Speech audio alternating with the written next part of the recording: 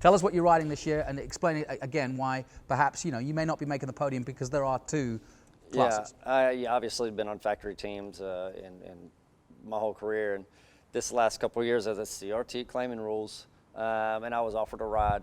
And I thought, we'll build something for the future. A great team, Ford Racing. Last year we had the bike wasn't really up to par, but this year we're running an FTR chassis with a Kawasaki engine, and looking forward to it. I mean, those guys seem like they're really switched on, and they want to get up the top of the CRT group anyways. So do I.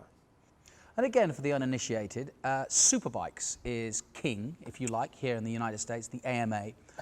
And of course, Ben Spies was a champion in AMA. You've raced in AMA, of course. I was a champion and of you AMA were champion too. of AMA as well. I knew you were going to pull me up on that.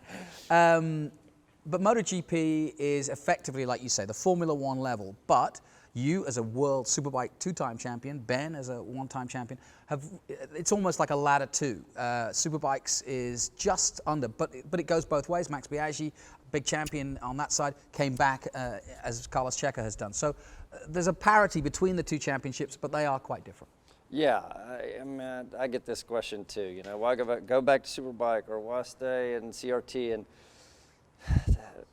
I've done years of both, and the playing field in MotoGP is just like no other. You have so many riders out there on the grid that are just phenomenally fast and just constantly fast all the time. And not one weekend this guy's on, the next weekend that guy's on. They're just always fast. And the level of, if you call it risk or risk reward, whatever that is much higher in MotoGP, and the amount of how much you gotta hang your neck out, it's more. Motorcycle racing, if COTA is starting a new era for motorsport in this region, I would argue that motorcycle racing truly is something that they can claim as their own. Texans have excelled, yourself included, over the years, and I wonder, Americans have dominated the world of motorcycle, both World Superbike, more American champions than anywhere else, and MotoGP, Kevin Schwantz to name just one, Doug Poland, yourself, many, many others. Why? What is it about this particular sport that it has been so successful for Americans?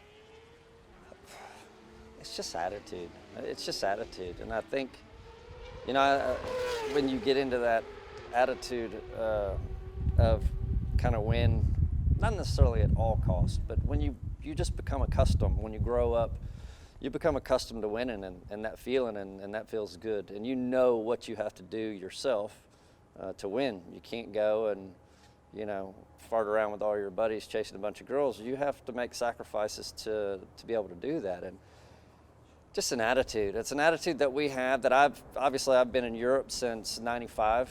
So, quite a few years of seeing what that attitude is and what I grew up with.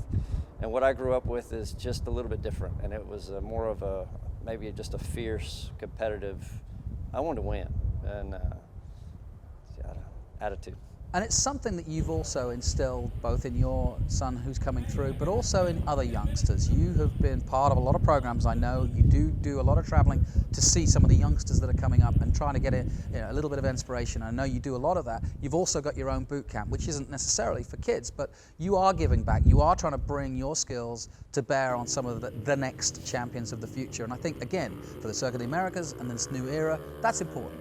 Yeah, my wife had asked me years ago, "What do you want to do?" And I was like, it would be a shame to go on the ground and not give away some of the knowledge that I have. I mean, I've been racing motorcycles for 34 years, so some of the experiences and knowledge that I have throughout the years, it's priceless in a way. And if I can somehow help younger folks or up and coming racers to see that next level, just to feel it and understand it. That's what it's all about. Well, Colin, after all these years of thrilling us around the world in MotoGP, all I can say is welcome home. Thank you.